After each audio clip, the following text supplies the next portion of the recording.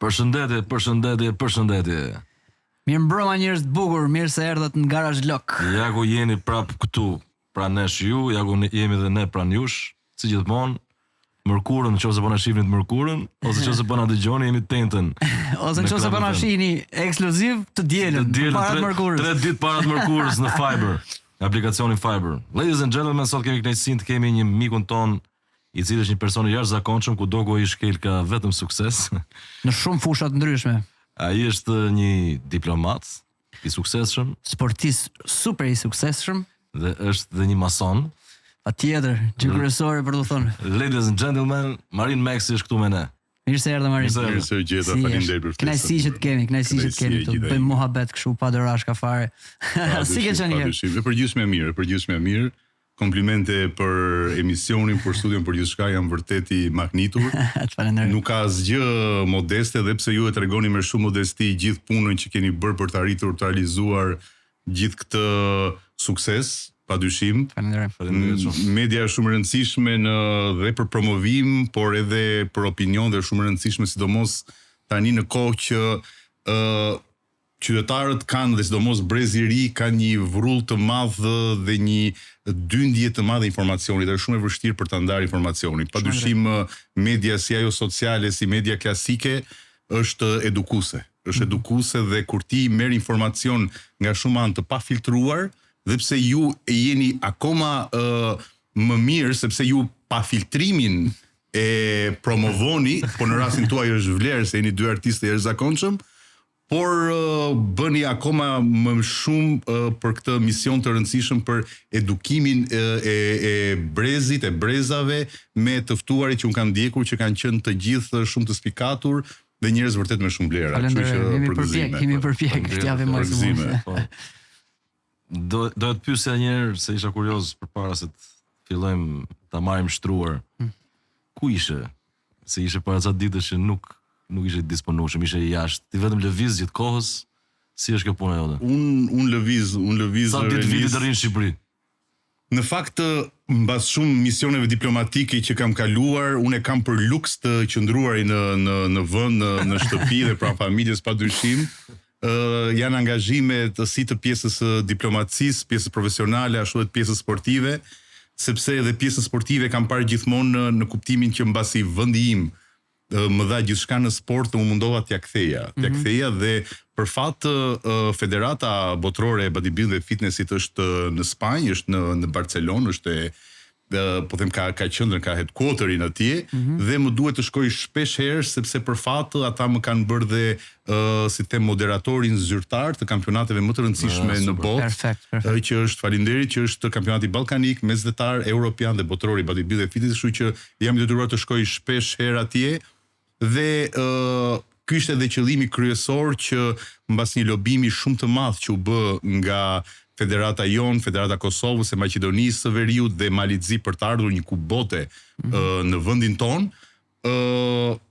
ajo çka u përftua nga gjithë kjo ishte fakti që unë në radhë të parë dhe si diplomat, po dhe si po them një person brenda modestisë i cili njeh sadopak pjesën e promovimit të gjës, ishte shumë e rëndësishme që kjo kupë të vinte në vendin ton dhe kjo kupë të hapte rrugë të tjera për shumë sportista dhe për shumë breza që do vinë dhe nga pjesa sportive, aktive, kompetitive, kalova në pjesën e një zyrtari të lartë të Federatës Botërore të Bodybuilding dhe që jap mundësinë dhe shumë të tjerëve të vendit ton të ngjashmit dhe në sportin tim që është bodybuilding dhe fitnessi, por unë gjithashtu dhe në sportet të tjera po të forcës, siç është mundja kraut, arm wrestling, powerlifting, weightlifting, strongest man, jam përsëri autoritet, si të them, sepse kam qenë i suksesshëm dhe vetë në këto sporte dhe në arenën kombëtare, ndërkombëtare, por gjithashtu këto sporte lidhen ngushtë me këtë sportin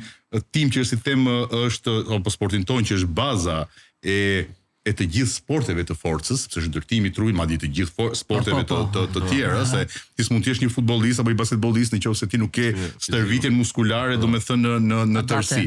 Kështu që padyshim e gjithë kjo gjë ka mundësuar që të promovohet Shqipëria, të promovohen sportistët, por dhe gjithmonë një lloj lobimi që ti bën dhe kur jeni ato nivele zyrtare flas, domethënë ti bën një lobim apo domethënë çka ke në dorë të bësh në pjesën jashtë protokollit ti e bën. Pastaj sigurisht ka rëndësi pjesa sportive që është tjetër gjë, por shpesh na ndodh gjithmonë si Eurovisioni, ëh. Domethënë që janë votat, janë të gjitha është lobime, janë ashtu kështu funksionon kjo botë për fat të mirë apo të keq, domethënë kjo është Po si arritë që ta sjellësh se ka ardhur në Shqipëri pa? Kjo është ide. Si arritë? Ardhur në Shqipëri, unë në 2000 ka qenë agresiv në lobimi. Padyshim, shumë agresiv. Në 2021 unë mbas unë kam 26-27 vjet që merrem me sportin e bodybuilding dhe fitnessit, i federuar, më pas për hir të angazhimeve në diplomaci, mu desh të lëvizja për gati 12 vjet unë nga vendi dhe llogarit kaq shumë vite pa bërë gara aktive. Shumë herët e pas ke nis. Shumë herët. Rreth 14 vjeç, ëh? Më pak. 13 vjeç. 12-13 vjeç kam filluar bodybuilding dhe fitnessin. Që atëre ke qenë kështu? Gati për konkurrim? Jo, s'mund të them gati për konkurrim sepse informacioni ynë ka qenë shumë i vakët. Informacioni ishte shumë i vakët, nuk ishte palestrat kanë qenë çik më të një apo dy palestra ka pas gjithë Tirana. Informacioni ishte metodologjia ishte kur binte ndonjë revistë nga ato Flex Schwarzenegger dikur, s'ke pas qasje në internet etj, kështu që shumë e vakët dhe çdo gjë kemi bërë mbrapsht, çdo gjë kemi bërë gabim. Dhe më vonë ka qenë, domethënë është shumë satirike dhe komike për arsye sepse informacioni që ne kishim ishin po them ata Mr. Olympia që mbahet si Maja, si NBA i basketbollit, pra që ke kampionat botëror, basketbolli ke dhe NBA-n, domethënë që janë vetëm yjet. Dhe në Mr. Olympia janë vetëm një grup shumë i vogël, 10 apo 15 sportistë, për cilët përfaqësojnë shtetet e tyre dhe aty bëjnë luftë, si të them, kompanit e mëdha të nutricioneve. Domethënë pra është luftë laboratorike. Dhe ne shikonim atë më të ndritur që ishin atë kohë dhe ishte Ronnie Coleman, i cili kishte peshë trupore, po them 120 kg në gara. Dhe ne tentonim të shkonim 120 kg në gara, pa ishte 120 kg muskull, nuk ditë të dalim pjesën, domethënë 120 kg muskull, 120 kg muskull plus dhjam, domethënë plus pesë. Kështu që kemi qenë shumë të painformuar realisht. Por si them, si pionier në një farë mënyre që u arrit deri këtu.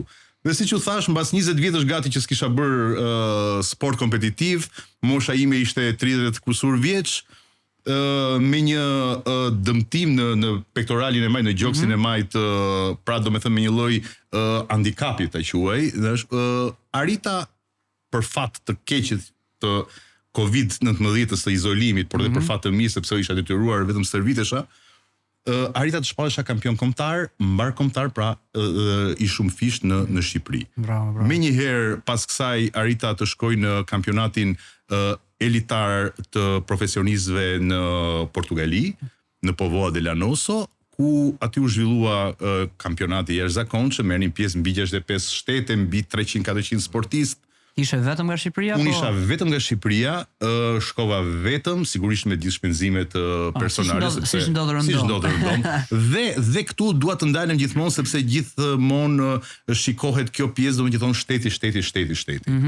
Dhe pse unë jam gjithmonë pro sportistit, dhe pse unë vetë jam në pjesën e shtetit, por dhe të sportistit, në mbar botën, deri kur ti shkon në majat që ti shkon me forcat e tua, atje pastaj është shteti ai dhe Shqipëria mbahet si një ndër vendet më të mirë paguara në Europë, po flas, të shpërblyera, në rast se ti del kampion, po them Europë apo bote, është domethënë, dhe pse unë ende nuk kam marrë, madje jam në një proces gjyqësor për këtë punë, jo, padyshim, jo.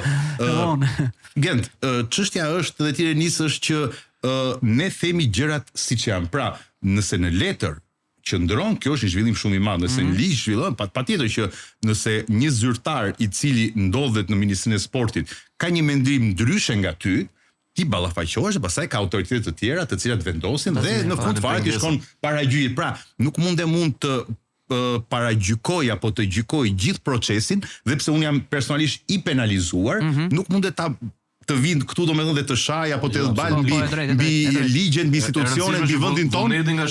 Vullneti nga shteti është letrat janë, ka dhe sportistë kanë përfituar. Ndërkohë unë flas në pjesën time që unë jam në një proces qytetar civil, gjyqësor, shtetëror domethënë dhe vendos gjykata në fund. Si përfundim arrita të shpallesha vendi i 4 në overall dhe vendi i parë në kategorinë time men's classic bodybuilding deri në 1.80 cm, përfshirë dhe 1.80 cm.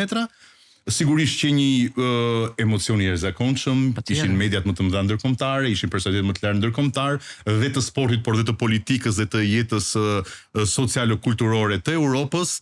Vetë presidenti i Póvoa de Lanosa, po them si kanton që e quaj në Portugali, më dha dekoratën. Kthehem në Shqipëri një pritje e jashtëzakonshme që me ceremoninë në aeroport, pastaj kalojmë me dhënien e nderit të qytetit, të kryeqytetit nga kryetari i bashkisë, prefekti më pas, ministrja e sportit, kryetarja e parlamentit, presidenti i Republikës, nda mjeshtri i madh e tjerë. Gjithsej, dhe jo vetëm në Shqipëri, por dhe në Kosovë, kryeministri, kryetari i parlamentit, presidentja, dhe kryetari i bashkisë, dhe në Maqedoninë e Veriut, presidenti, kryetari i parlamentit, dhe në Maltëzi, kryeministri Abazović i asaj kohe. Më pas mbreti Habsburg i Austro-Hungarisë, i Austrisë dhe princi i Hungarisë më dha dekoratën më të lartë për shumë arsye, por një ndër to ishte kjo. Erdhi për herë të parë në Shqipëri që njihet si Elite Procard, më falni që hyj në detaje teknike, po janë interesante edhe për publikun.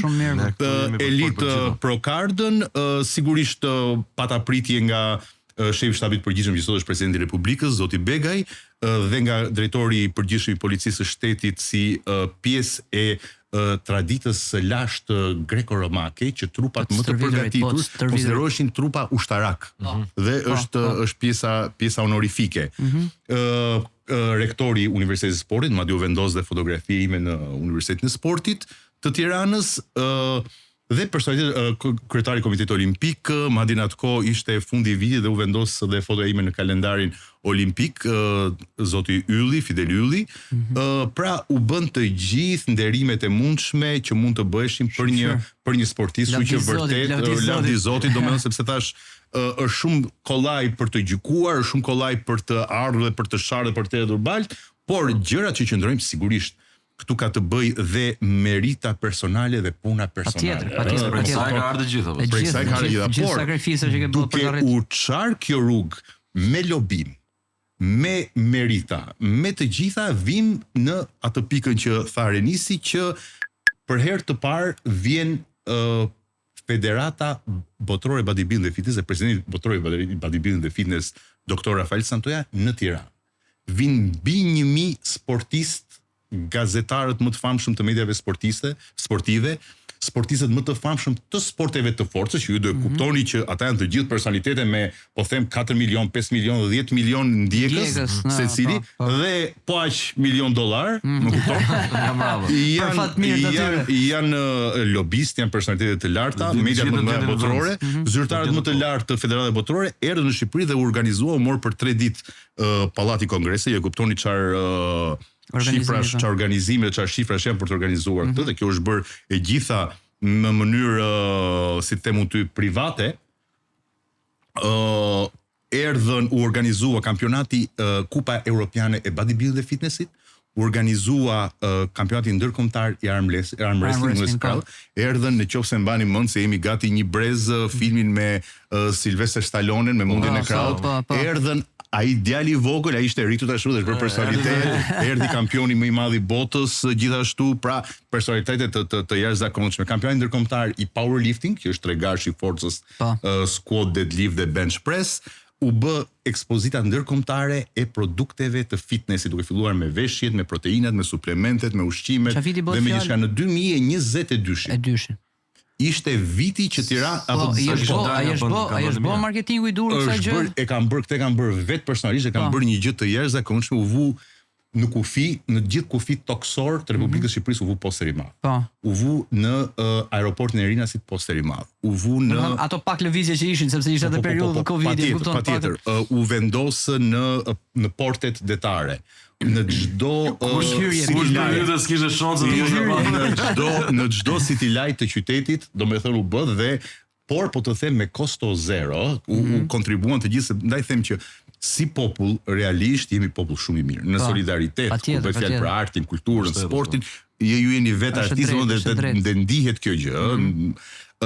Pastaj u vendosën autobuzët e kryeqytetit u veshën me këtë, taksit e kryeqytetit u veshën me këtë, në të gjithë media etj, llogarit vini personalitetet më të larta dhe si them, në një farë mënyrë ja ktheva borxhin vendit tim dhe u promovua sporti, u promovua vendi ynë në botë, sepse të gjitha janë blogerë, dhe janë gjithë personalitete dhe janë influencer të jashtëzakonshëm në këtë. Okej. Faleminderit. Rregull, s'ka. Perfekt. Domethënë, në një farë mënyrë edhe e justifikove edhe lobimin edhe iniciativën tënde për ta sjellur padyshim dhe madje Renis edhe Kosovës dhe Malit të Zi dhe Maqedonisë së Veriut u mundova t'ia ktheja në një farë mënyre për arsye sepse dhe kur shkuam në Mal të Zi, presidenti i Kosovës, i Federatës Kosovës, general Esat Lata, generali UÇK-s, luftëtari i UÇK-s, duhet të vinte me ne kur u bë pritja nga kryeministri Abazović.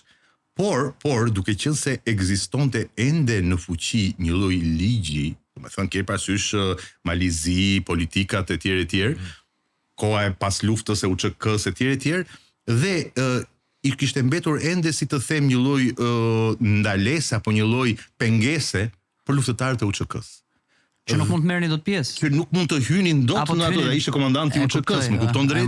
Dhe padyshim ne diskutuam këtë gjë me kryeministrin Abazović në atë, i tham që ne kemi dhe një mik të nderuar dhe një pjesëtar delegacionit ton për të ardhur, por për fat të keq ndodhi kështu dhe ai menjëherë kontaktoi me këshilltarin e tij dhe tha nuk mund të ndodhi kjo gjë. Pra domosdoshmë si të them, në një farë mënyre apo dhe sportistët që erdhën delegacionin ton kur takuam kryeministrin e Kosovës, dhe aty përsëri u hap një shteg dhe u kalua një fond për një kampion tjetër të Kosovës, si kishte dalë kampion ndërkombëtar. Pra si them, jam munduar për te modestisë, jam munduar që të hap disa shtigje me atë, dhe ajo kup më shërbeu jo vetëm mua personalisht për pjesën, si them unë ty, vetë mbushje, vetë plotësimi, vetë kënaqësisë, por më shërbeu për të hapur disa dyert për këtë sport dhe për të ndarë një herë për gjithmonë para gjykimin që ndodh për sportistët në përgjithësi dhe sidomos për sportet e forcës.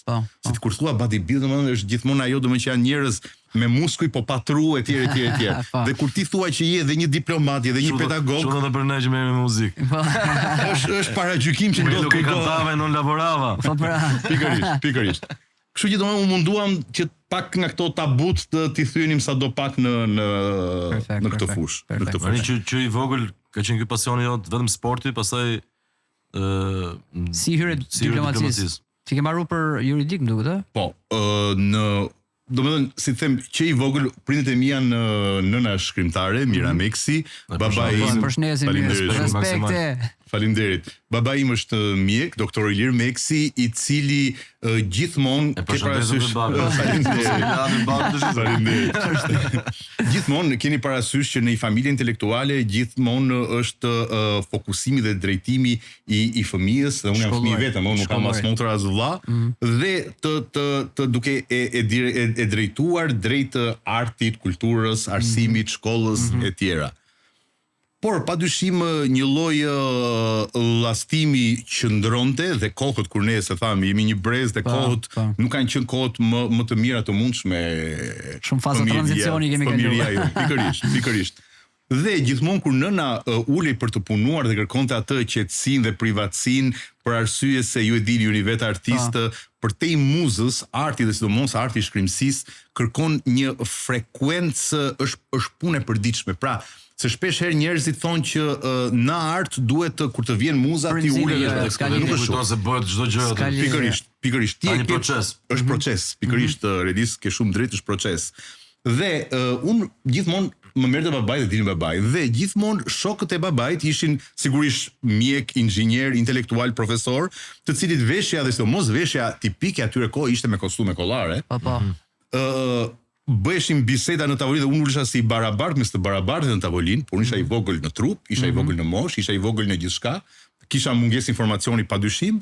Fillova të krijoja ato, si them, hapat e para drejt kontaktit me medien, me lajmet, që të dëgjoja lajmet isha dhe unë informuar me çka flitej në tavolinë.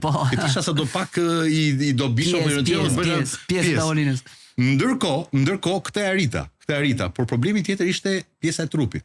Fillova madje të vishesha dhe unë me kostum, por kostumi rritet si thes. Dhe detyrimisht më duhej që të arrija një lloj forme të caktuar dhe kështu lindi si pjesë një gjysmë kompleksi ndaj jo të barabartëve të tu, po atyre shumë herë më të rritur se ty, dhe ti detyroheshe që të stërviteshe fort, që ti të mbushje sadopak kostumin. Kështu ka lindur gjithçka.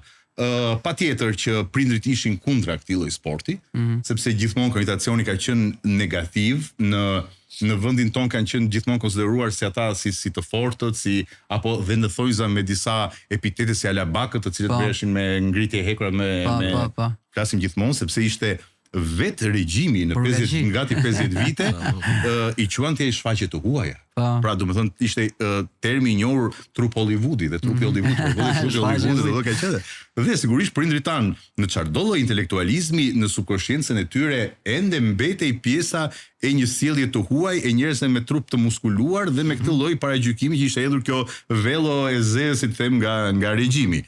Madje shumë njerëz janë persekutuar për këtë punë. Kemi pasur duke filluar që Alexander Kondo,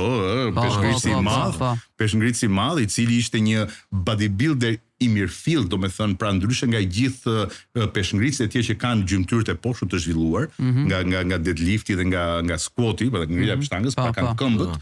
Ai kishte edhe pjesën e sipër, atë që ne i quajmë upper body, domethënë kishte shumë të zhvilluar dhe ishte një builder i mirëfill.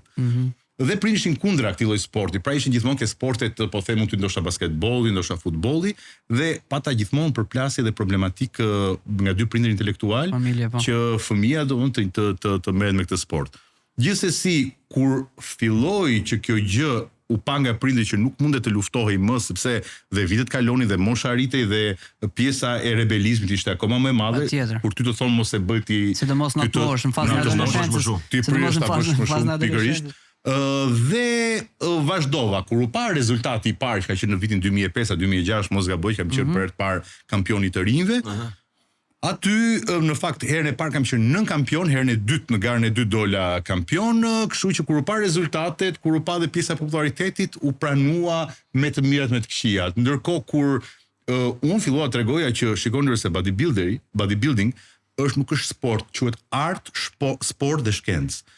Është pjesa e simetrisë që ti duhet të ruash në stërvitje, duhet të jesh një njohës i mirë i kimisë, i alkimisë, i preparateve, nuk flas për preparatet të ndaluara, po flasim për sasinë e proteinës, do marrësh karbohidrateve, yndyrnave, fibrave, biologjisë, genetikës, patjetër, dhe mbi të gjitha është pjesa e performancës. Performanca e cila është me muzikë, vendoset muzika dhe ti performon me muzikë në sinkron me muzikën, që është koreografia që ti bën për të shfaqur muzikën.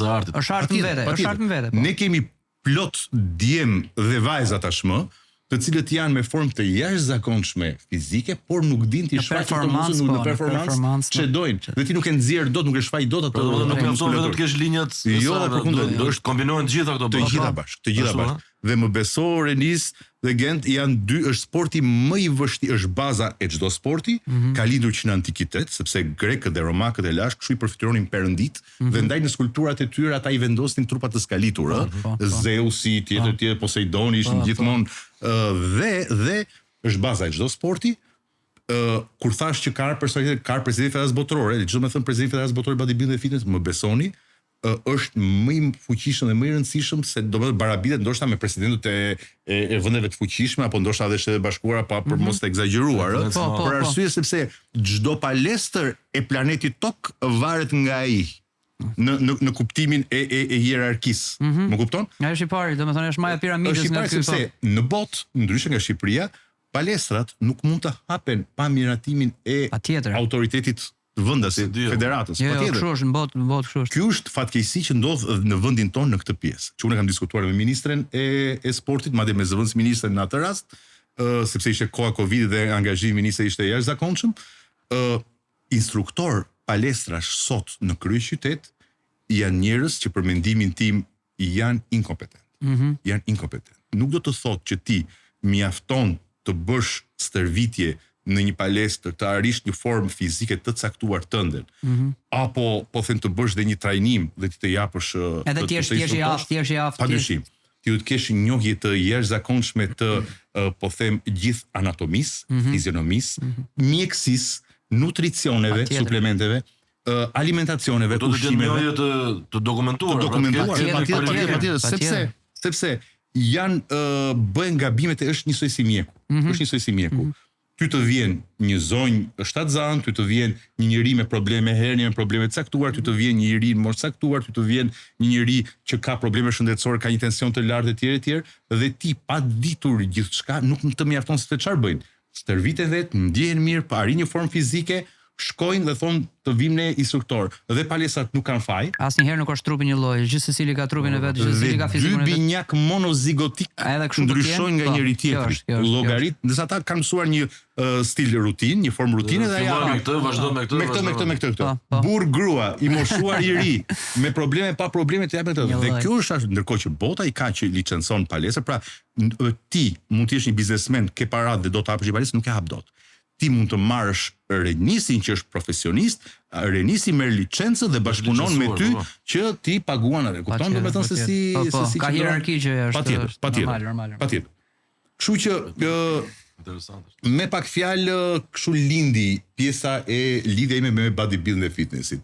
Studimet i kryeva në Tiranë, atë bazën po them bachelorin në Fakultetin e Drejtësisë. Unë vi nga kolegji turk sepse gjithë pjesën e shkollimit po them fillor dhe tek 21 tek po jam nxënës i parë me numër Ramze 01 kolegji turk. Kur kolegji turk ka qenë në kurs po ta quaj, ka qenë fikse 21-shi. Domethënë jo ajo pjesa mbrapa tek shkolla tek fusha e zez, po ka qenë fikse 21-shi ku nuk kam përshtypur edhe sot. Dhe ishte po them kurs me 4-5 veta. Kaluam dhe 97-ën dhe aty pastaj dolëm ke pjesa e fushës së zez, pa aty ishin gjitha, ishin Sudia, Gjallica, gjitha dhe domethënë ne fëmijë të vegjël, llogarit solli ambasada turke, solli dhe mjetet e blinduara të ushtrisë sepse hyn paqëruajtësit, dhe kështu që kemi kaluar kohë realisht domethënë pak të vështira. Më pas Fakultetin e Drejtësisë në Tiranë, Akademinë Diplomatike në Hag, Akademia Diplomatike King and Dalet. Për ju bërë avokat? Jo, unë me të mbaruar shkollën, puna e parë që kam bërë është dhe puna që kam aktuale tani në shërbimin e jashtëm të Ministrisë Punëve të Jashtme të Evropës dhe Punëve të Jashtme që është sot emërtimi. Ishte Reniz Egend, unë vi nga një prej familjeve më të vjetra sepse jam i apasionuar, jam studiues i realdikës dhe si të them një lloj historian në këtë profilën, në profilin e realdikës. Vi nga një nga familjet më të vjetra të fisnikrisë europiane. Këtë mund ta cekim më vonë, po dalim ke pjesa e Shqipërisë. Dhe nga studimet që kam bërë, duke filluar që nga shtetformimi, që nga akti i pavarësisë, tek ndërtimi i institucioneve të para të Republikës Shqipërisë, ke hartimi kushtetutës dhe madje akoma dhe më herët, pra datojnë që nga luftrat e Skënderbeut, principatet e Arbrit, sepse despotët e artës, pra me mbiemrin Bua, ata që ne njohim. Bua pikërisht Gjimbo e Shpatën, por akoma më i rëndësishëm se Gjimbo e Shpata ka bërë madje një emision të jashtëzakonshëm ky dashi i Marin Mema për Mërkur Buën. Mërkur Bua ishte generali vitet 1500 ca, generali më i madh që ka njohur njerëzimi barabitur me Aleksandrin e Madh. Mërkur Bua ishte stratiot dhe stratiotët ishin general, komandant, të cilët kishin ushtrinë e tyre mercenar. Pra si themun killerat e sotme. Po, ishin me pagesë. Me pagesë. Ata shkonin ku Pite paguheshin. telefoni. I shkote pllumit. Dhe merrnin detyrën, kishin ushtrinë e tyre prej 200 stratiotësh, prej 200 luftëtarësh, dhe ofronin shërbim ushtarak ndaj mbretërve të mëdhenj. Mbretërit e mëdhenj në bazë të fitoreve të tyre i jepnin tituj fisnikëri, tituj kalorsiak, i jepnin të holla, monedha ari dhe tokë.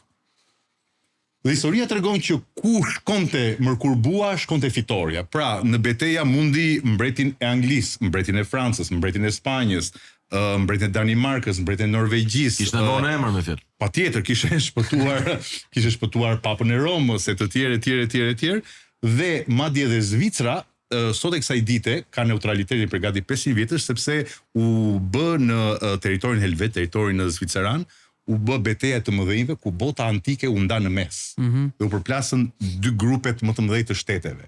Dhe aty mbetën dhe fitoi kampi i Mërkurbues, mbetën të vdekur rreth 13.000 ushtar në fushë betej helvet, zviceran, dhe prej atyre Zvicra ka shpallur neutralitetin dhe ka gati 500 vjet që është neutrale. Po, që nuk merr pjesë në luftra. Dhe për ironi të fatit, unë mora emërimin në Bern të Zvicrës, dhe kur ata morën vesh që unë isha një pinjoll, patjetër, me thënë isha një lloj tjetër afrimiteti, tjetër gjithçkaje. Dhe pjesën e diplomacisë e fillova si pjesë e një lloj detyrimi ndaj brezave, ndaj të parve, për të dhënë një lloj kontributi, llogaritë dhjetra dëshmorë të Dheut, sa unë i them dhe kolegëve, domethënë të larë Shqipërinë me gjak.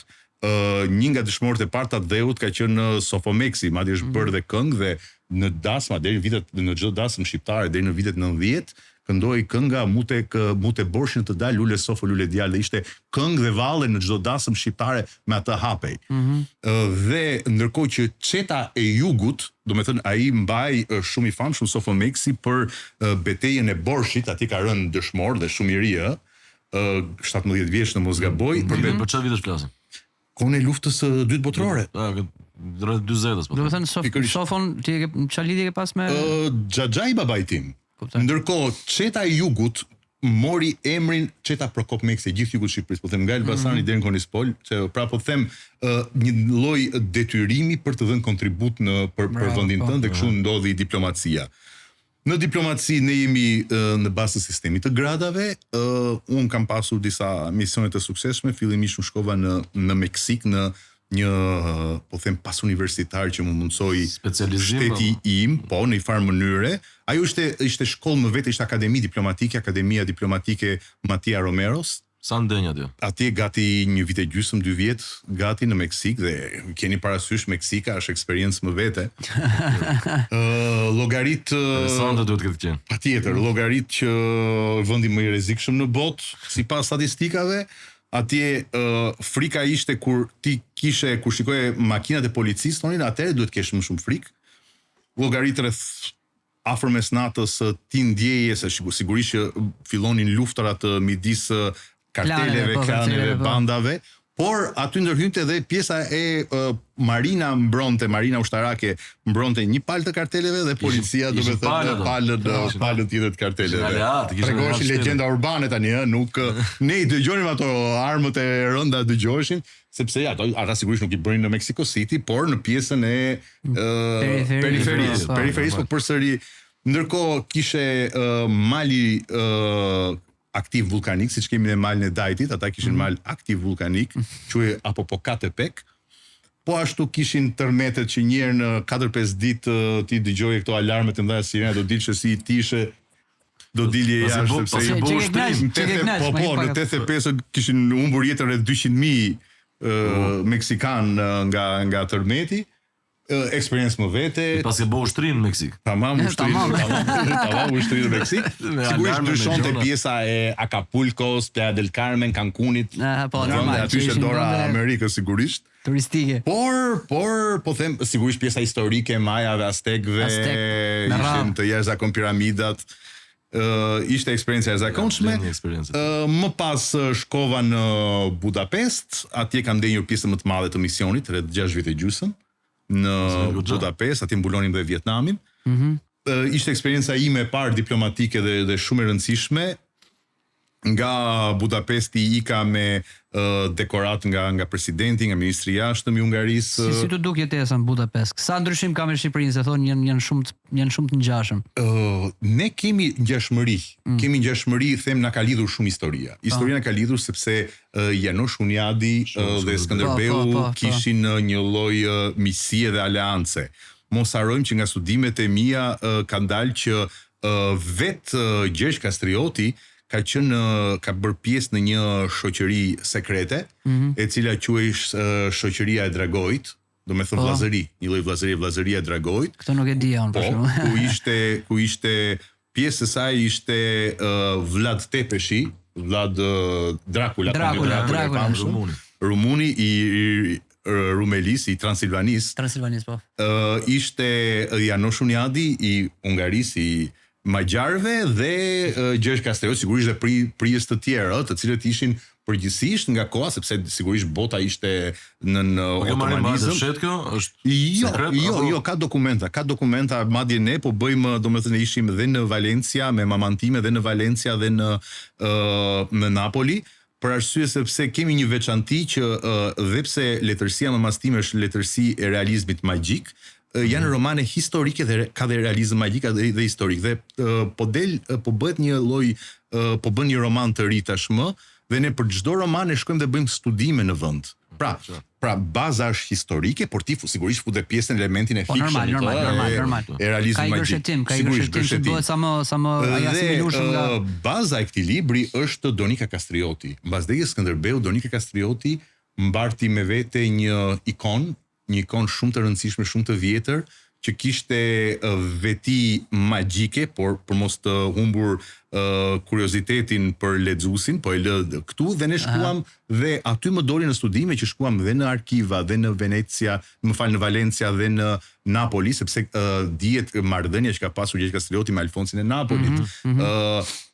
Apo në oborin e mbretit të Valencias, Donika Kastrioti atje qëndroi për pjesën e dytë të kohës. Në Vatikan s'bëhe llaf që të futesh më marr. Sigurisht. Dhe atje gjetëm domethënë dhe këtë informacion që Skënderbeu ishte pjesë e vllazërisë së Dragojit.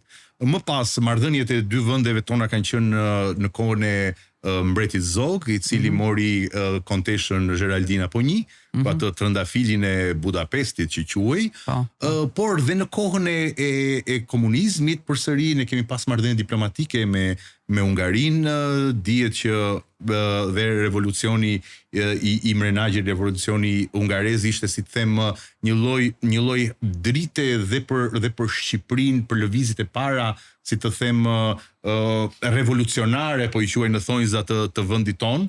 Ndërkohë tregtia e parë postkomuniste, fillimi i demokracisë kanë qenë prapë me Hungarinë. Budapesti për mua është një kryeqytet më të bukur në botë, do të thënë, unë them mbas Parisit, Londrës, ndoshta në Rom, vjen Budapesti për mua, me sa kam shëtitur. Sigurisht për mua ka dhe mund ta quaj ndoshta pa blasfemuar, po edhe më i bukur se Vjena, dhe pse Vjena ka më shumë para, sigurisht është më e mbajtur, më e pasur, më sigurisht ka qenë e para në perandorinë Habsburge, madje tregohet që edhe Franz Josefi ka një thënie, tregon një refren shumë e bukur, i cili në Vjenën e kohës thret, si të them, këshilltarin e tij dhe i thotë që dua të porosis të më bësh në Budapest një opera, një shtëpi, opera house, një shtëpi opera, një opera. I thotë, por dhe dihet opera Vjenës, fama e operës së Vjenës, por i thotë do e bësh më të vogël, sigurisht, sepse është e dyta tha Hungaria, Habsburgët kishin Vjenë kryeqendër. Dhe legjenda thotë që ai harroi të thotë bëj më pak të bukur. Dhe ndaj thonë që opera Vjenës, opera Budapest është më e bukur se opera Vjenës. Dhe ndaj është në vend, kanë shumë konsiderat për Shqipërinë, e njohin Shqipërinë, e duan Shqipërinë. Kanë një histori të jashtëzakonshme, sidomos pasaj me pjesën e muzikës, domethënë që me Franz Lisztin, me Bela Bartokun, muzikën klasike të jashtëzakonshme. Janë njerëz të guzhinën e kemi të ngjashëm. Kemi ngjashmëri dhe në alfabet, afërsisht. Ndoshta kjo vjen nga perandoria osmane, kjo pjesa e gulashit të famshëm, ata kanë pjesë tradicionale. kanë unikumin, pijet kanë, siç kemi në rakin, kanë palinkën. Palinka bëhet nga fruta të ndryshëm. Kanë dhe atë pasaj unikumin e famshëm, e cila është e ngjashme si Jägermeister pak a shumë, keni parasysh me atë kryqin si top pikërisht, e cila ka qenë pija preferuar e mbretit Matias dhe deri vonë fare shitej në farmaci. Shitej në farmaci do me dhe si tip sepse për bën nga Kundradhimeve të stomakut. 6-48 bim herbale, pikërisht. Si fermenti. Digestiv. Ato pjanisë tani e gjeni justifikimin, jam pak smur. Me recetë. E kanë kulturale, Dhe sigurisht e vendi ftohtë shumë, kështu që do pinin, çfarë do bënin, vend shkonte deri minus 15 gradë Hungaria.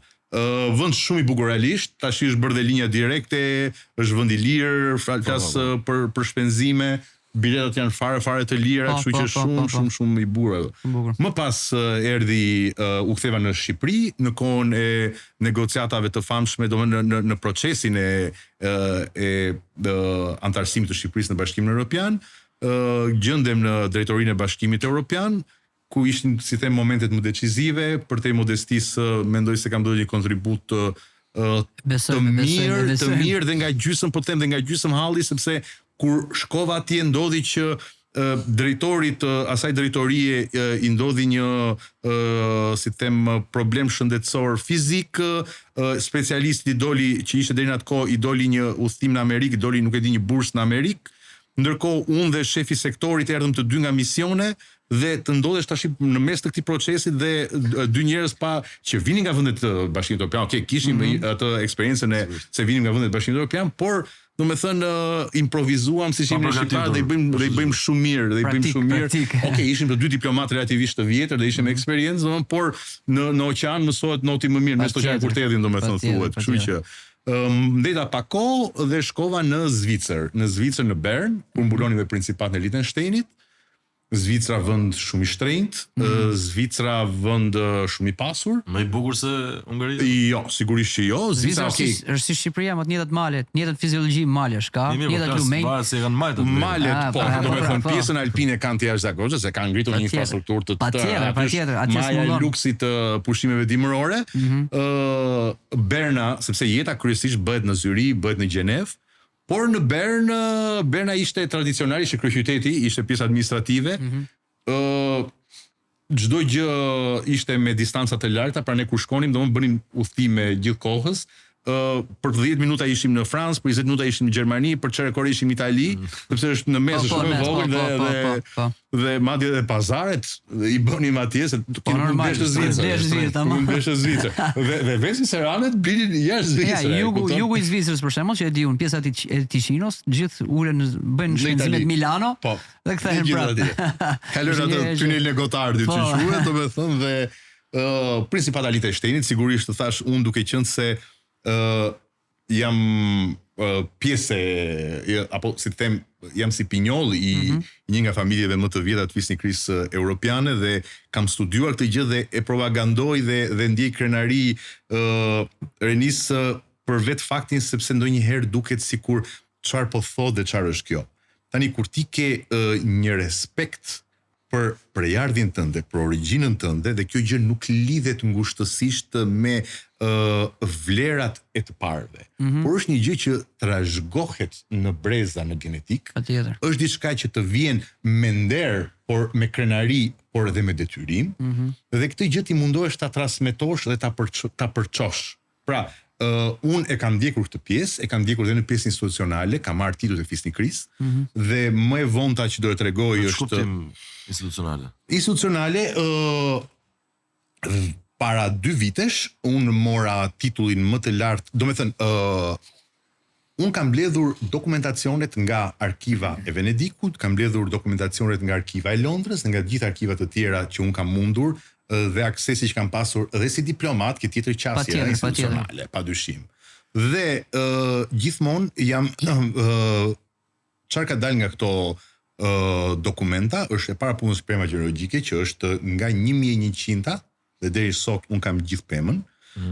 Janë dokumenta që lidhen me duke filluar që princi British Metropolitanësh libri, të cilin e kam dhe sot sa ditë në shtëpi, i cili flet për dy të përditshme londineze, Herald Tribune dhe nuk e di kush tjetër mos gaboj, një Herald diçka, të 1800-s, të cilët thonin idhin dritë, nuk ka prova shkencore dhe të dokumentuar, por hedhin dritë se bashorti i mbretëreshës Victoria, princi konsort, quhet princi konsort sepse mbretëria shkonte në linjë femërore, ndërkohë mbreti, po ta quhet, por që nuk është mbreti, quhet princi konsort, bashorti i mbretëreshës. Albert Edward kishte mbiemrin Bushiç dhe familja ime mban mbiemrat Meksa, Bua dhe Bushiç. Mos e kam pas gjohë dhe onëre. Bush Peva. I kam me pemë ta marrë atë të parë. Dhe tregohet do pasaj, domethënë, pra kjo është ajo që hidhet dritë në këtë pjesë. Pjesa tjetër pasaj mbretër, perandor, deri Papa Albani, Papa Clementi XI, apo Papa Albani rrjedh nga kjo familje, pasaj stratiot të luftëtar të jashtëzakonshëm, njeriu më i pasur i viteve 1800 është Evangelio Zapios, Vangel Zhapa i famshëm, i biri i Sotira Meksit, i cili është ai që ka themeluar lojrat olimpike moderne. Ai ka themeluar, ishte njeriu më i pasur i viteve 1800. Flota e tij barabitet me flotën gati flotën e Mbretërisë Bashkuar. Lojrat olimpike, ja ku bëhet lidhje gjenetike tjetër. I cili tregon që vetë Ali Pasha Brian, sepse kishte lidhje me këtë familje, me familjen tonë, i çon mbretit Bourbon, i çon një po quaj Ferman, po ta quaj, edhe pse ajo është e sultanit, por po e përdor në këtë terrorist, sepse bëhemi fjalë prap në sultanat, në pasha. Dhe i thotë që po të sjell, thotë Vangel Meksin, po të sjell një Vangel Meksin shqiptar, i thotë për të studiuar, ai studioi mjeksi, u kthye me mbretin e Rumelisë, i shëroi vajzën, shpëtoi vajzën që vinin mirë nga gjithë bota, dhe ai i dha tokë, i dha titull fisnikrije, i dha para e tjere. Dhe kështu vite. Ndërkohë, për të vazhduar ke Evangeli tjetër, ke Evangel Zhapa, i cili themeloi lojrat olimpike moderne, themeloi pallatin Zapion, që është pranë parlamentit grek. Ne kemi pasur kapedanët në Muzeun Historik Grek, kapedanët që mbrojtën Akropolin, ishte me Petro Meksi, njëhet si kapedani që mbrojti Athinën nga Akropolin, domethënë nga sundimi turk, pushtimi turk. Pra, otoman, njerëz të shkencës së artit, njerëz më të famshëm të shkencës së artit rridhin nga kjo familje.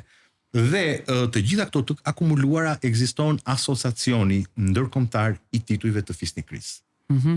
Ti i mbledh të gjithë dokumentacionit, i çon, i dërgon dhe të vinë përgjigje të vinë ato, dhe unë kam marrë titujve fisnikrisë dhe e fundit ishte ku mbreti, domethënë perandoria Habsburgje, llogarit ishte gati 60% të tokës të pronë të ti, madje mbreti atë më tregonte si temun ty pinjolli i Habsburgëve. I fundit, pra mbreti që do ishte sikur të vazhdonte, i cili më tha që unë tha kam qënë, tha, gjallë, si them pra fëmi, ku gjyshi im, tha, zotronte këtë.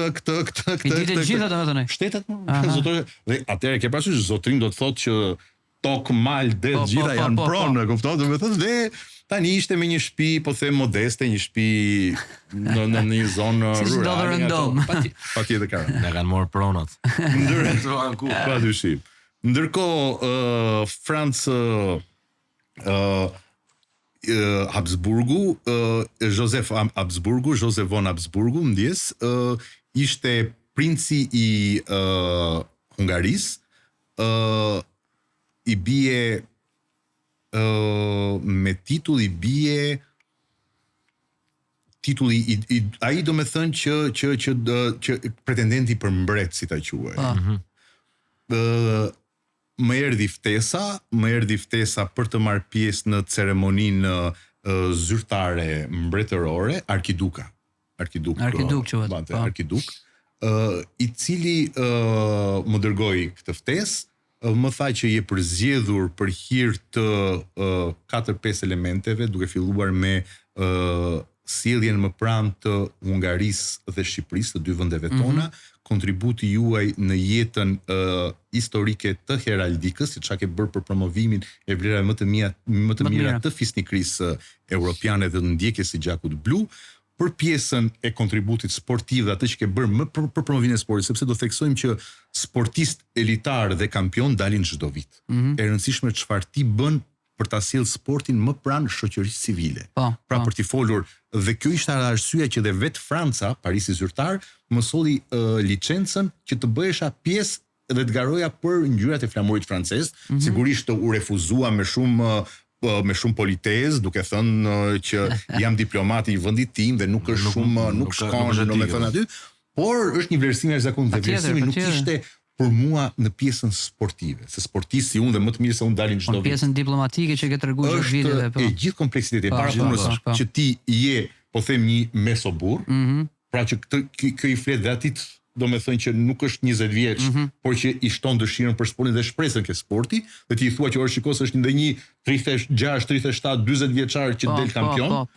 I thua dhe dikujt që ka një handicap duke theksuar pjesën e kputjes të muskulit pektoral që un kam, duke kaluar dhe tek pjesa tjetër, po them, e njeriu që ka kaq vite pa bërë sport, etj, pra dhe një intelektuali i thua që shikoj se ky është diplomat dhe bën bodybuilding del kampion.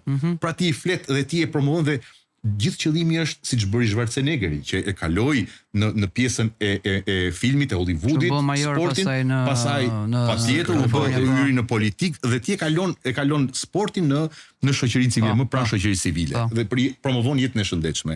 Dhe për mos të zgjatur shumë, ndodhi që u bë ceremonia zyrtare, u bën atë që njihet në Maria Poç, ku është kisha e famshme ku ka lotuar ikona shënmërisë në Hungari, diku në jug të Hungarisë, mos gaboj, në Maria Poç, ceremonia zyrtare ku erdhën familjet mbretërore të Europës, ku erdhën personalitetet të shquara si të them të celebrititë e Europës, njerëzit të famshëm të Europës, garda pretoriane, ushtria, përfaqësuesit e ushtrisë të shtabit përgjithshëm të Hungarisë, përfaqësuesit e klerit më të lartë, kandidati për pap, Peter Erdosh, pjesa populli, mediat e gjithçka, u bë me veshjen tradicionale, me veshjen e fisnikrisë, dhe aty mora titullin, urdhrin më të lartë ushtarak dhe civil, që quhej urdhri i trimërisë, vitezi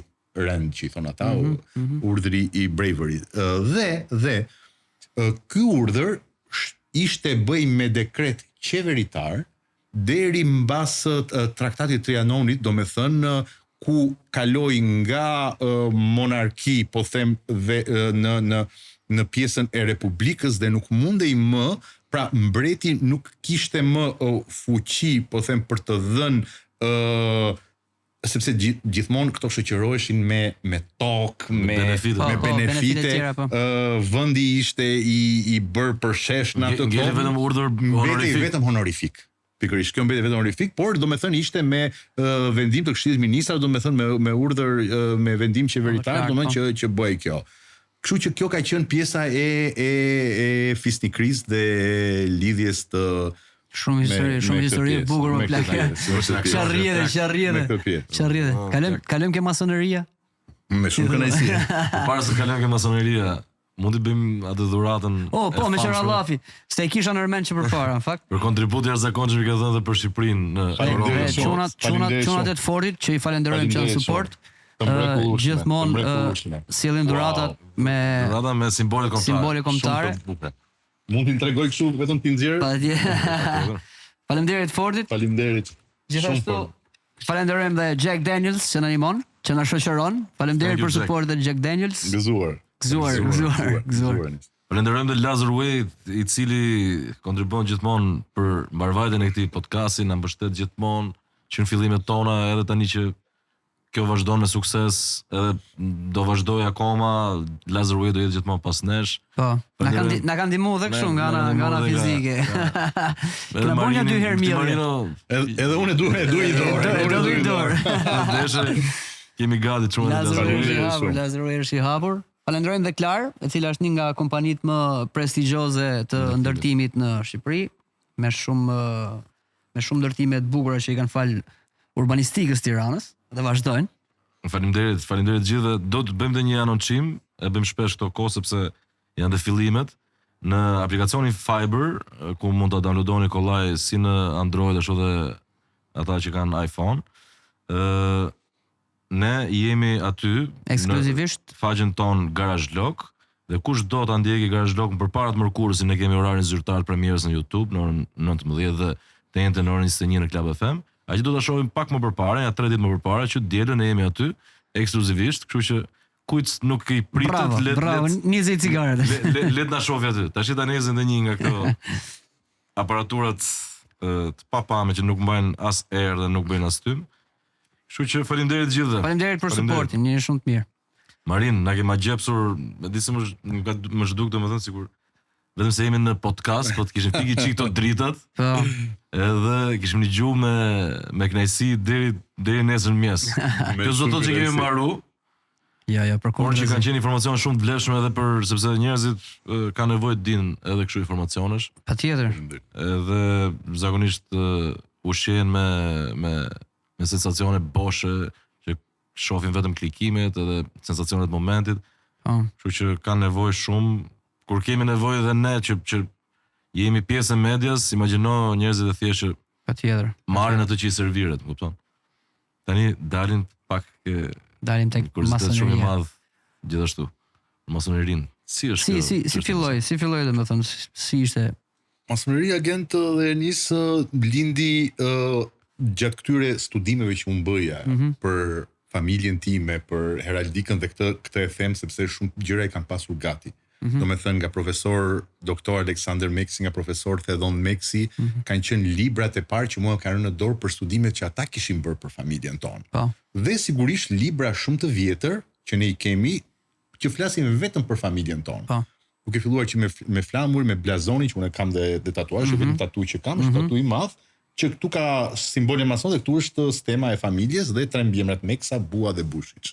Të cilat në vende të ndryshme, në kohë të ndryshme merrin emra të ndryshëm. Dhe aty pash që kishin mjeshtra mason, të cilët vinin nga kjo familje në vende të ndryshme të botës. Dhe më shtua kurioziteti, fillova të lexoja dhe kontaktet e para i kam pasur me Orientin e Madh francez. I cili në historinë botërore, në historinë e njerëzimit është njihet si djepi i masonerisë botërore. Ndërkohë në Shqipëri në vitin 2011 krijohet për herë të parë lozha masonike shqiptare. Përpara kësaj kohe kujtoj që vjen një zotëri nga Amerika, i njohur i ndjeri Maksim Zotaj, i cili solli për herë të parë në publik një koncept lidhur me masonerinë. Ai ishte mason i lozhës Benjamin Franklin të New Yorkut, gazetar me profesion, i emigruar në Amerikë prej shumë vitesh dhe i krijoi shoqatën miqtë e masonëve ku dhe unë isha pjesë, por je përsëri në errësirë, sepse është thjesht një shoqat. Akoma nuk din në thellësi domethënë se në 2011 krijohet për herë të parë lozha e madhe e Shqipërisë, e cila krijohet nga lozha austriake, nga lozha italiane dhe nuk e di nga një lozhë tjetër sepse duhen 3 lozha për të krijuar një lozhë. Ata vijnë këtu për të përfshirë masontë ata që meritojnë të jenë mason nga Shqipëria. Pikërisht. Dhe për të trokitur në masoneri është shumë e rëndësishme kur ti ke prejardhje masone. Pra, kjo është një pik plus, si të them. Ti troket në masoneri në botë ti ke webpage dhe tyre, ti shkruan, kontaktojnë e tjerë. Idealja është gjithmonë kur ti njeh një mason. Pra një mason ty të sugjeron. Domethënë ka referencë masonike. Dhe kështu ndodhi që në 2011-ën kur u krijua lozha masonike shqiptare, për mua dhe pse isha, si të them, pjesë në një lozhë të madhe botërore, është kënaqësi e veçantë, jesh pjesë e lozhës së vendit tënd, e lozhës MOM që quhet.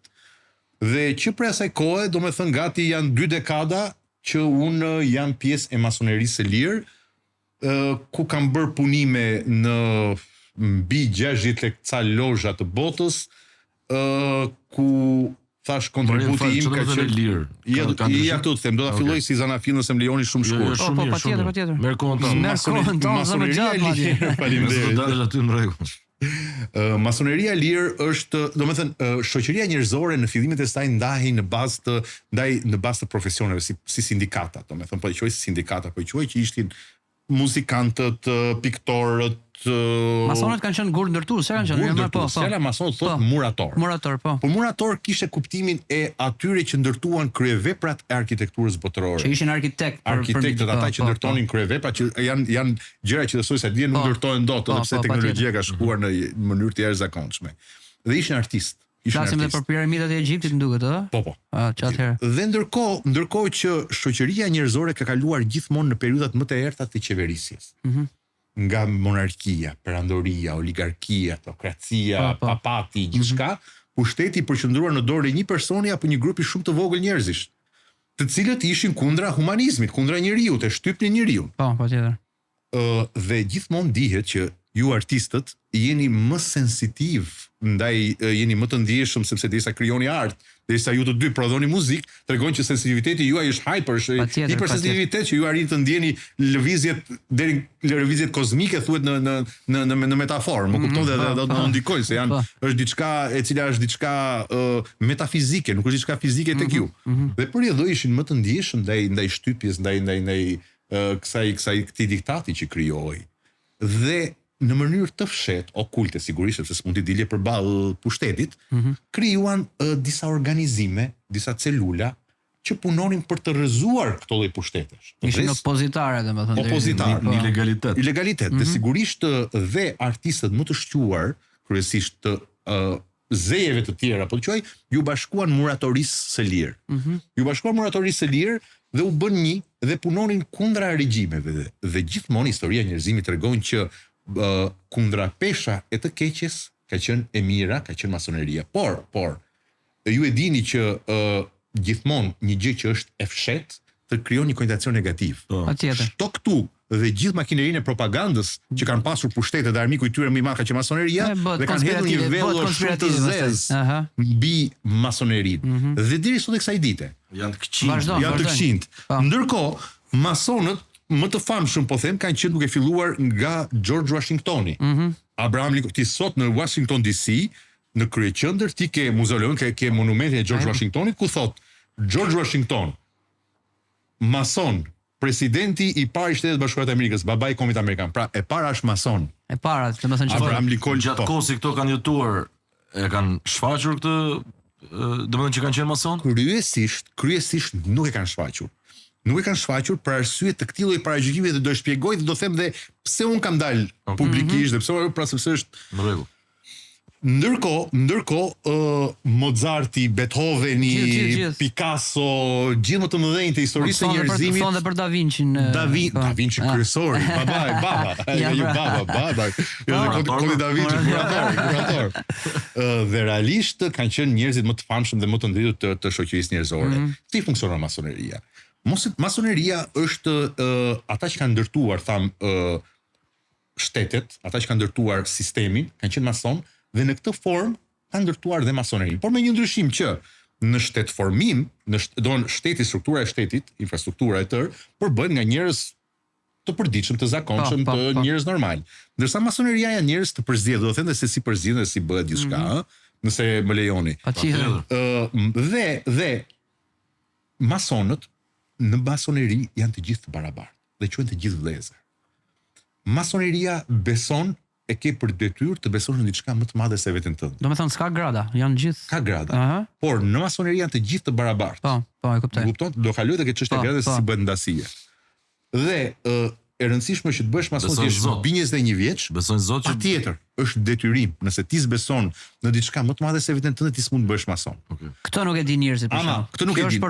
Dhe shumë njerëz e quajnë fe. Shumë njerëz e quajnë besojnë në Lucifer, në shejtan, në djall, në quhet çfarë do duash. Masoneri ti duhet të jesh mbi 21 vjeç, duhet të besosh në Zot, në diçka më të madhe se veten. Por në masoneri dy gjëra të ndaluara të flitet apo të bëhet ndasi, për fen dhe për politikën. Okej. Pra, kuptoj. Ti beson, ti je Musliman, ti je katolik, i krishter, nuk flet vetëm për një Zot, por për një për Zot, të cilin ne quajmë arkitekti i madh i universit. Okej. I jep një emërtim të gjithëpërfshirës, e lidh me masonerin arkitekt, me muratorin, më kupton dhe pra nuk e ti pse zihesh vllai me vllajin, ti thua unë jam krishter, Kur besoni në njërin Zot. kur besoni në njërin Zot dhe Zoti është një. Se si ja vendos ti emrin, se si e quan, ti mund të vësh një emër të ri. Qartë. Është pjesa jote. Njerëz kanë besuar në animizëm, totemizëm, në kultin e nënës, më pas fet janë shumë të vona. Patjetër. Besimet janë shumë të vona, besimet religjioze, fetare. Kupton? Dhe këtu kjo është pjesa e parë që ndahet me njerëz. E dyta punës, që sqaroj me publikun, nuk ka lidhje me ebraizmin. Nuk ka lidhje me ebraizmin. Okej. Tempulli jo do të them nuk ka ekskluzivitet të ebraizmit. E marrësh. Sepse unë shikoj shpeshherë që shumë besimtar të feve të ndryshme e atakojnë. Pra, mua më është atemuar edhe titull apo po them vlerësim që ka marrë nga Vatikani. Më pas është marrë vesh që unë jam mason dhe është krijuar kjo gjë. Ndërkohë që ka qenë dhe i debat, kanë bërë dhe i debat deri në nivele po them të larta të klerit, ku kam thënë që zotrinj, sepse në 2019-ën Papa ka rikonfirmuar armiqësinë, po e quajnë në thonjza, ndaj masonëve. Ndërkohë që kjo për mua është e papranueshme si koncept, dhe them që armiqësia e ai nuk përdor, papati nuk përdor termin armiqësi, por band, domethënë kjo është termi generalist. Ndërkohë unë them që masoneria dhe papati kanë qenë në armiqësi kur papati ka qenë pushtet politik. Dhe pushteti politik shtypte njerëzit. Më kupton? Ishte i centralizuar dhe ishte këtu ka qenë armiqësi. Por jo sot që papati është pushtet religjoz. Më kupton? Praktikisht do të ishin bashkë praktikisht. Në ditën e sotme. E njëjta gjë më ndodh me komente dhe nga kleri musliman, më kupton? Të cilët mendojnë se ne jemi fe, po ne nuk jemi fe, nuk kemi lidhje, madje më shumë ka musliman se krishter apo se hebrej apo se musliman, sepse po them ty kemi lozhat tona në Indonezi. Indonezia është vendi më i madh me numrin e muslimanëve në botë. Më kupton? Pra nuk ka lidhje dhe për ne nuk ka rëndësi. Feja nuk ka rëndësi, mjafton të besosh në një Zot. Të do të kuptojnë njerëzit, të do të dinë njerëzit po. Dhe të gjithë janë të barabartë. Të gjithë barabartë. Pra ti mund të jesh president i Shtetit Bashkuara, ti mund të jesh po them njëri i zakonshëm në pjesën profane, në pjesën e përditshme, ju jeni ulur dhe jeni vëllezër. Pastaj pjesa e gradimit është pjesa e iluminimit, sepse gjithçka lidhet me metafizikën, gjithçka lidhet me ezoterizmin. Masonët komunikojnë nëpërmjet simboleve, nëpërmjet simbolikës, për arsye sepse janë dashur të jenë të fshet. Në botë sot masonët ti ke me flamujt të tyre, bëjnë paradat të tyre, masonët kanë simbolet të tyre, kanë godinat e tyre, kanë selit e tyre, dalin haptazi në shoqëri më të zhvilluara, sidomos shoqërinë amerikane. Në shoqëritë tona sigurisht që janë të detyruar të jenë okult dhe të fshet në një farë mënyrë për arsye sepse është ky paragjykim, paragjykim të cilën e kam ndier nga mëngjesi deri në darkë do t'ju tregoj. Kështu që masoneria brenda masonerisë të gjitha janë barabartë. Pra domethënë në të njëjtin godinë po them që zotrojnë masonët, mund ty edhe presidenti i Amerikës nëse është po flas. Nëse është. Dhe një mason i tjetër dhe brenda lozhës janë të gjithë barabartë. Ti që të bësh mason, ti je a good man to become better. Njëri i mirë, një burr i mirë për të bërë më mirë. Ka lozha masonike të rregullta të cilat janë lozhat e rregulla janë vetëm me meshkuj, për arsye se në periudhat më të errta kur kanë qenë lozha mikse femra dhe meshkuj, femrat kanë qenë më të dobta ndaj dhunës fizike, ndaj torturave dhe kanë nxjerr sekretin masonik. Më kupton? Dhe më pas u shpërbën lozhat masonike feminile, sot janë rikthyer në një farë mënyre, por në lozha mikse, të cilat janë lozha të parregullta. Sepse ka lozha të rregullta, që janë lozha tradicionale dhe lozha të parregullta. Si përcaktohet kjo? Kjo përcaktohet nga UGLE. UGLE është United Grand Lodge of England. Ajo është qendra e masonerisë në Angli, në Angli. Dhe ti duhet të kesh njohjen ndërkombëtare, njohjen nga UGLE dhe nga vendet e tjera. Ndërkohë lozhat mikse janë lozha të cilat funksionojnë njësoj si ne përsëri i quajmë vëllezër, por janë lozha të parregullta sepse janë lozha të tipit mix, që ka dhe meshkuj dhe femra sepse ne jemi shumë konservator ndaj pjesës feminine. Frunza nuk ka marrë bekimin e qendrës së Anglisë. Si të themi, por aspirojnë për ta marrë, aspirojnë për të bërë lozha të rregulla, sigurisht, për të bërë lozha të rregulla, por të gjithë janë njësoj. Ndërkohë, ti kalon në një filtr të jashtëzakonshëm, votohet për ty me zara të bardhë dhe zara të zi, nëse dikush hedh një zarë të zi, ai duhet argumentojë dhe mos ketë çështje subjektive personale ndaj teje. Do të jetë sa shumë ndryshe penalizohet ai. Në masoneri nuk ka sepse e konsiderojnë ndonjëherë si organizat, domethënë që nga këto fantastiko shkencore që ti hyjnë del, atë vrasin, atë bëjnë po doles del dot ato, këto janë të gjitha sakrifica, budalliqe që thonë. Po çfarë në mbledhjet e masonëve për çfarë flitet domethënë? Do ju them, pjesa e shpatës, e kafkës, e këto gjërat ekzistojnë për janë pjesë rituale, nga ritualet antike, të cilat kanë tjetër kuptim për ne. Pra, jeta, vdekja kanë tjetër simbolik, nuk kanë simbolikën e gjakut, e vrasjes, e presjes, etj. Më kupton? Janë gjëra që janë shumë simbolike dhe janë shumë artistike dhe janë shumë bukura. Ndërkohë, brenda dënimet në një lozhë, sepse ne flasim gjithmonë që masoneria e mban energjia, e mban ezoterizmin. Dhe dënimet masoneria njeh shtetin, ligjet të rregullat. Sigurisht, atë do thoja, ata që kanë krijuar shtetet kanë krijuar masonerinë. Dhe masoneria funksionon si një orë zvicerane, sepse janë të gjithë njerëz të cilët hyjnë të mirë, filtrohen me filtr shumë të fortë, bëjnë akoma të mirë se marrin mësime, dhe si funksionon masonët. Masonët, unë i kam të gjithë vëllezër, po them 800 milion vëllezër. 600 milion, 50 milion, po them sa mund të marr shifra të egzageruara. Dhe pa i njohur, unë ata i kam vëllezër, thua ti vëlla, unë kam vëlla në shtëpi, nuk flas me gojë. Zume pa me sy, si pas ke ti vëlla, një në Azerbajxhan që ti se njëherë. Të them unë ty si e kam unë. Në fakt kanë luajtur masoneria, kanë luajtur me gjë, apo baballarët e masonerisë kanë luajtur me një gjë të jashtëzakonshme. Që është duke pas parasysh njeriu është ambicioz, është egoist, është egocentrik, është pervers, është kriminal. Ata kanë luajtur me unin, me atë që ty, domethënë, me gjin që është më e madhe se vetja jote e prap ti. Kjo është filozofi. Dhe çfarë ndodh? Unë jam diplomat. Detyra ime është në mision diplomatik, detyra ime është të t'i shërbej shtetit shqiptar në nevojë. Ti lëshoj një leje kalimi kur ti ke hall. Ndërkohë kam një orar zyrtar. Dhe pse diplomati nuk ka orar asnjëherë. Është on duty 24 orë kur ka nevojë. Ndërkohë vjen Renisi, po them vjen Genti, shoku im, miku im në jetën profane. Vini ju. Ke ardhur ditën e martë, do ikësh të premten nga Budapesti. Ditën e njëjtën darkë në klub ty të humbi pasaporta. I bitë rishë 3 ditë tjera, s'ke hotel të rezervuara. Nuk ke lek me vete, pra shone e këtej do të kthesh. Po ndërkohë, orari zyrtar është deri në 4. Ti erdhe në orën 7 morë telefon. Ti se ke për detyrë. Jo, unë e kam për detyrë, ta lëshoj unë, por duhet bësh pagesën në banka ungareze është e mbyllur. Etj, pra është një sër institucione. Ndërkohë unë çfarë bëj? Unë ty ta lëshoj këtë dokument dhe e paguaj nga xhepi im ditën e hënë, po të them. Më kupton?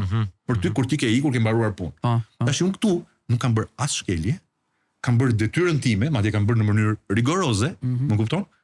Madje kam tejkaluar për ke tejkaluar detyrën. Për atë gjë. Tani kjo është detyra ime. Ndërkohë, ti je mjek. Kur të merre nisi në 2 të natës, ndoshta për dikë tjetër ti nuk del, më kupton? Dhe tani, e gjitha kjo funksionon si një orë zvicerane për masonët për njëri tjetrin. Mos haro që ty mund të ndodhi një hall në çdo vend të botës, në çdo pikë të globit, nga më të ndryshme dhe aty ti gjem përgjigje, sepse ke vëllezër mason që janë në ato detyra dhe të bëjnë. Të jap një shembull, një vllai ton i ndodhi siç i ndodhi Schumacherit në Alpet e Austrisë. Me njerë u lajmëruar qendra, vjen helikopteri i spitalit, rastisi që një nga ato ishte pjesë vëlla mason, ai bëri pjesën e tij të punës së përditshme, e një drejtuesi të spitalit që ndihmoi njëri ka nevojë. Solli helikopterin, tak, mori, mbaroi punën me gjithë pa para, pa asgjë. Ndërkohë që për njëri të zakonshëm do alarmosh, lajmëroi hoteli lajmëronte 911, po them unë ty, do lajmëroj çdo vit në spitalin Majtmalit me ambulancë etj. Pra, ai nuk bëri shkelje ligji, ai bëri punën e vet, por mënyra se si e bëri tani unë pa njohur një mason i cili vjen aty dhe unë jam po them një oficer policie dhe ati ka ndodhur një hall, apo unë jam një mjek dhe ati ka ndodhur një hall, e jap shërbimin siç e jap, siç duhet ta jepja. Do ndjesh protokollin. Do me thënë, e bëj në mënyrë të shkëlqyer për këtë personin. Po si e kupton, si mund ta kuptosh? Njoftojnë qendrat. Okay, kuptoj. Komunikohet, bëhet komunikohet. Ndërkohë unë mund të më ndodhi halli, unë ka e shikoj, unë bëj punën time, nuk bëj asgjë tjetër. Nëse më ndodh diçka dhe jam pjesë e grupit. Unë do më duhet i bi unë telefonit qendrës, po, qendrës, jo të vëllezërve, po qendrës, që mbase nuk e din se Marini për shembull të jetë pjesë. I bjen qendrës, qendra e them kam këtë hall dhe pastaj organizohet situata. Më kupton? Dhe në këtë mënyrë unë atë vllajën e Azerbajxhanit, sepse se kam lidhur, unë i jap atij asistencën time, sepse mua mund të më ndodhi diku tjetër e njëjta gjë. Ndërkohë, mund të mos shkoj kur në Azerbajxhan, po dikush tjetër nga Franca mund t'i ndodhi në Azerbajxhan, pa i ka dhënë. E kupton si funksionon tani normalisht. Kështu të funksiononte dhe shoqëria njerëzore. Por ti mjeku korruptohesh se do të çosh fëmijën në shkollë, po themu do të kaloj provimin çuni jot dhe t'i japësh lek, po them profesorit. Profesori i merr këto lek që kur shkoj ke mjeku, pra shkoj si vjen korrupsioni si gjë. Ndërkohë këtë gjë nuk e kanë masonët për çfarë arsye. Një mason, dhe masonët janë kudo. Një mason nuk e lejon kur veten e tij të shkeli parimet universale. Pra, të gënjej, të vjedhi, të korruptohet etj. Do thuash ti, por për një shifër të caktuar çdo njeri ka një çmim. Në masoneri është ndërtuar e tillë struktura që ti për asnjë shifër në botë, mos manipulohesh, sepse penalizohesh nga masoneria dhe masoneria e merr vesh. Ndërkohë ti humbet gjithë këtë gjë tjetër. Dhe mos haro, po ju them një rast, ne kishim pjesën e Covidit. Sa miliarder kanë vdekur në Covid? Plot. Apo milioner, apo multimilioner. Pra nuk është paraja gjithçka. Ndërkohë ti humbet gjithë këtë shërbim të jashtëzakonshëm. Dhe ndaj, nëse vihen njerëz të këtij lloji në pika, në instrument kyçe, duan këta janë një mason është i sigurt që nuk çedon. Nuk të çedon. Ka raste që e shfrytëzojnë këtë edhe mund të gënjejnë. Ka ndodhur për fat të keq në historinë e masonerisë, rasti famkeq i Pidues në Itali, ata që krijuan mafjen. Më kupton, ajo ishte çedimi më i madh i turpi më i madh i masonerisë, domethënë ishte, po them, i shpëtoi, po themi. Ishte lozha Pidue P2 i Italisë, domethënë që bëri qametin, domethënë që sigurisht. Marino për shembull i lyps mund bëhet mason për shembull nga rruga? Shiko. Domethënë ku do të jesh në shoqëri që të futesh? Në shoqëri, në radhë të parë, domethënë është dëshira. Ti je mashkull mbi 21 vjeç dhe dëshira. Këto janë tre elementet kryesorë. E katërta, ti të ndihesh në veten tënde, ti të ndihesh që ti je njëri i mirë dhe do të bëhesh më i mirë dhe të kontribuosh për komunitetin. Do nga ezigjenca, nuk mund ta bësh nga ezigjenca e thjeshtë. Pikërisht. Pastaj, përgjithsisht janë njerëz të cilët janë të pozicionuar në kuptimin që janë të plotësuar me diçka në jetën e tyre dhe kërkojnë të japin. Pra në masoneri ti shkon për të dhënë, jo për të marrë, dhe pse gjëra shkon zinxhir, më kupton? Pra, ti je një artist, një muzikant, më kupton? Tashi ti je më se adapt dhe më se i përshtatshëm për këtë gjë. Më kupton, por nuk mundet të vi, po them, një politikan i korruptuar dhe të pretendoj dhe të ashtu e kupton, nuk mund të ashtu sepse nuk kalon në pasërti figure, kalon në pasërti figure dhe nuk mundet të nuk shikohet si përfitim masoneria. Masoneria, madje atë po dëgjoja sot që e postova në këto storyt e Instagramit, që thoshte që flitet për masonerinë sepse kanë dalë nëpër TikTok që do të bësh miliarder brenda, do të bëhesh shumë i fuqishëm brenda, do të bashkohu me Illuminati, me masonerinë, me këtë me atë. Dhe atë thaj, ore, tha, masoneria, tha, nuk është, tha, nuk ka flori, tha, nuk ka regent, tha, nuk ka currency, tha, në masoneri, tha. Por masoneria, tha, është organizata më e fuqishme, tha, e cila, tha, është ta përdorën vetëm bamirësitë që bëjnë vetëm spitalet që ngrinë gendre, nuk e keni iden, domethënë se çfarë bën masoneria dhe më besoni që është vërtet sot në ditët e sotme në kohë të vështira kanë prodhuar njerëz të mëdhenj dhe masoneria ka qenë aktive dhe ka bërë namin në kuptimin e mirë të fjalës për të mbajtur balancën e të keqes kundra të keqes. Ndërkohë sot ka funksion intelektual, artistik, humanitar, shkencor, më kupton? Dhe mbi të gjitha thash është pjesa e ezoterizmit, metafizikës, domethënë që kalojnë në të tjera nivele të tjera komunikime me energjinë, me universin. Kjo është Përflitje edhe për Skënderbeun që mund të ketë qenë pjesë e masonerisë. Në dokumentat që un kam parë, Skënderbeu ka qenë pjesë e një vllazërie, por jo masonerisë. E vllazërisë së Dragovit. Po, është tjetër, domethënë nuk ka Jo, sepse është diçka që një lloj Nga filozofi është domethënë nga përkrenarja, nga që ka atyllin përkrenare kanë pasur. E njëjta filozofi është, por këtu vlen për tu përmendur dhe për të sqaruar dhe publiku që ka padyshim, mund të ketë padyshim vllazëri dhe organizata të tjera, të cilat mund të sundojnë dhe botën më zotëri. Të cilat sepse neve gjithmonë na thonë që ju jeni adhurues të djallit, ju jeni adhurues të kësaj, ju bët Covidin, ju bët të, ju shkatrur të. Masoneria jo. Tani unë nuk mund të përjashtoj faktin që mund të ketë vllazëri apo grupazhe të caktuara konspirative që veprojnë kundra humanizmit. Këto mund të ketë padyshim, por këto nuk janë masoneria. Dhe ajo që ju thash, arsyeja që unë dola haptazi, me zë dhe me figurë, me emër, me personalitet, me emrin duke vënë garanci, emrin tim, emrin e familjes time, një person i cili është një diplomat, i cili është një pedagog, i cili është një historian, i cili është një sportist, i cili është një kudiun, domethënë vendos garancin emrin e vet, thotë zotëri, unë jam mason. Pra, dhe në shoqëri të vogla kjo s'është fare thjesht. Po patjetër. E para punës, unë jam penalizuar nga autoritetet. Këtu? Sigurisht, këtu. Të cilat me të drejtë, pa të drejtë.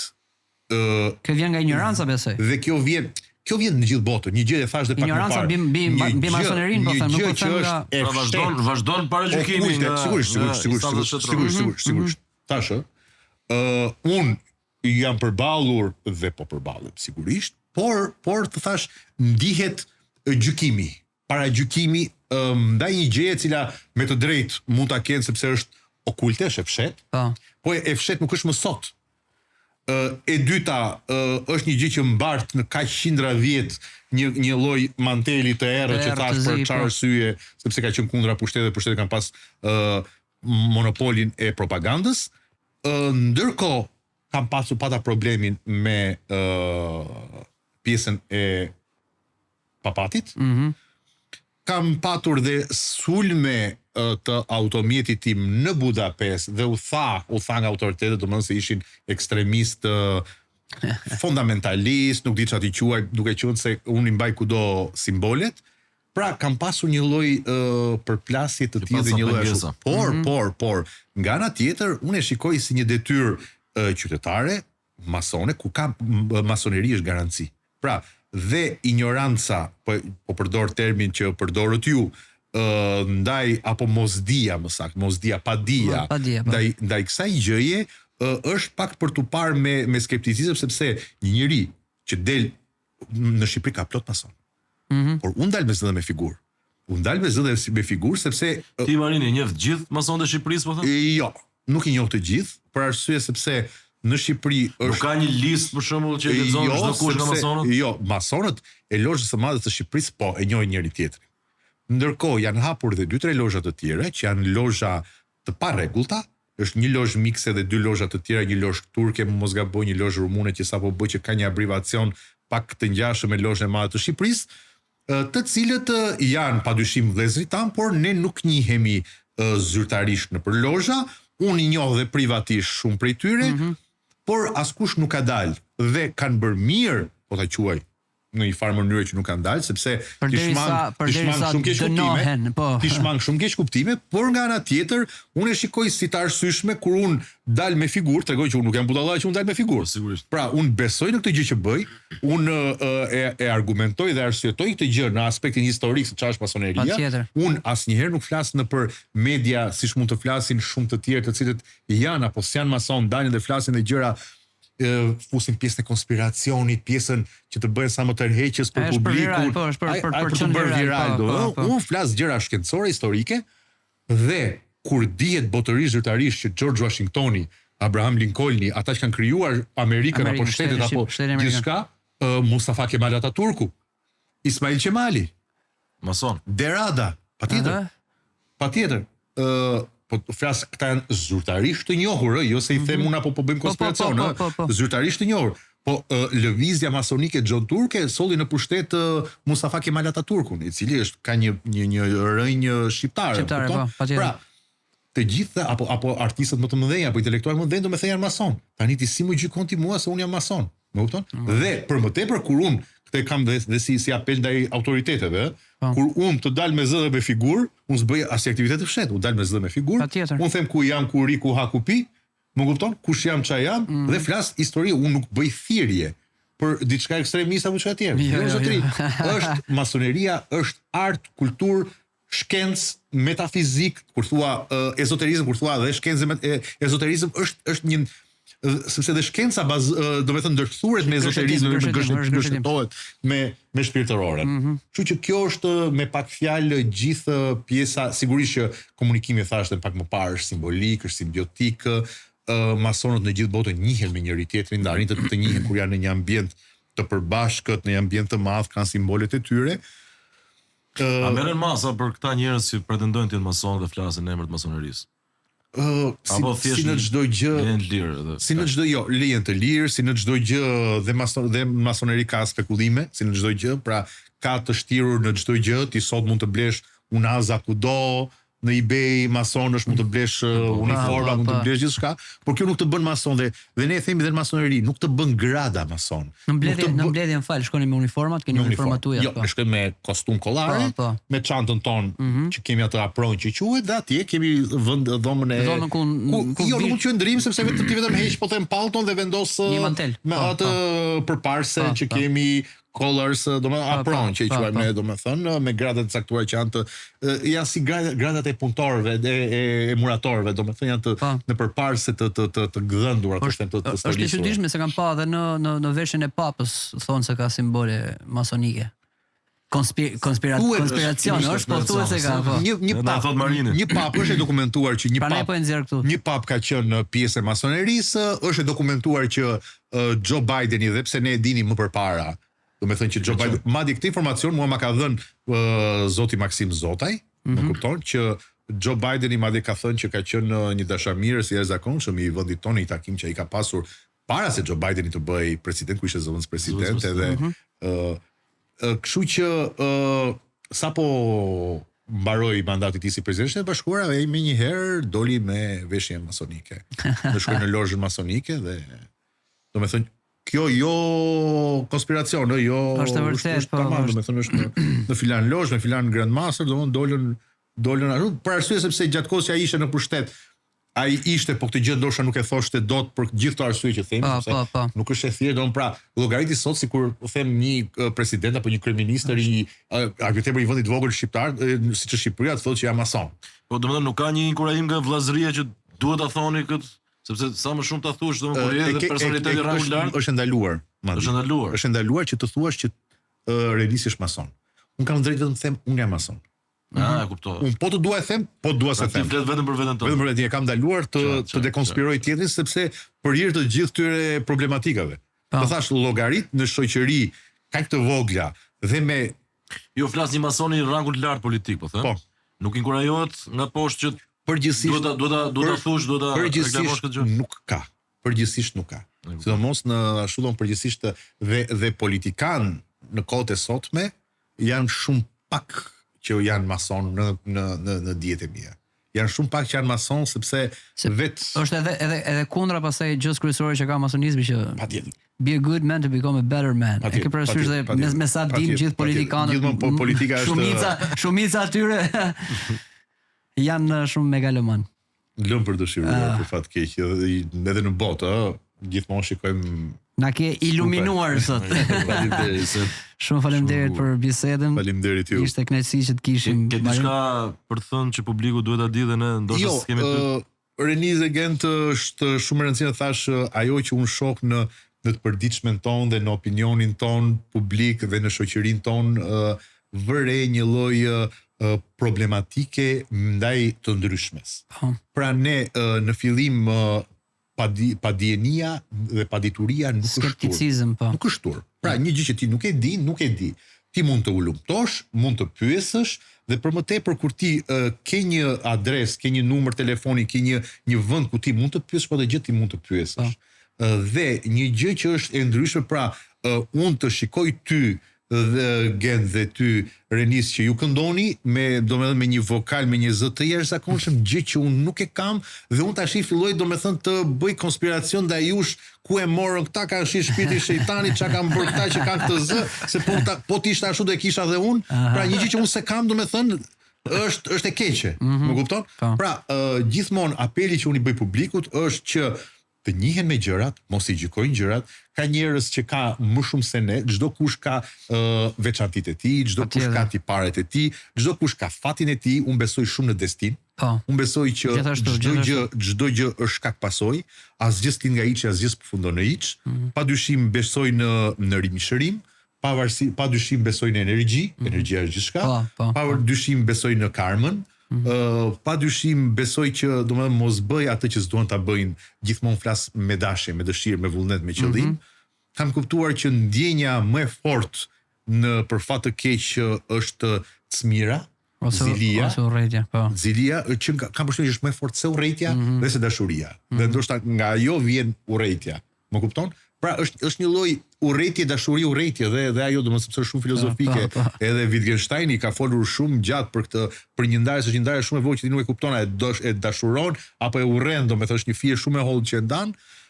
Padyshim kuptoj që dhe bëj thash edhe një herë në formë apeli që njerëzit duhet të jenë më të pranueshëm ndaj të tjerëve. Pra, ai kur shikon dikë që ka vlera, mundohu ta mbështesësh, të paktën mos e sulmo, të paktën mundohu të mësosh dhe të kënaqen me gjëra të bukura, me gjëra të reja, jo çdo gjë me skepticizëm, jo çdo gjë me mllef, me urrejtje. Të thash kur un postoj diçka, apo mediat postojnë diçka lidhur me masonerinë apo ashtu, ti shikon komente negative. Jo, për fat të keq i është dhënë një zë atyre që nuk duhet t'i jepej zë.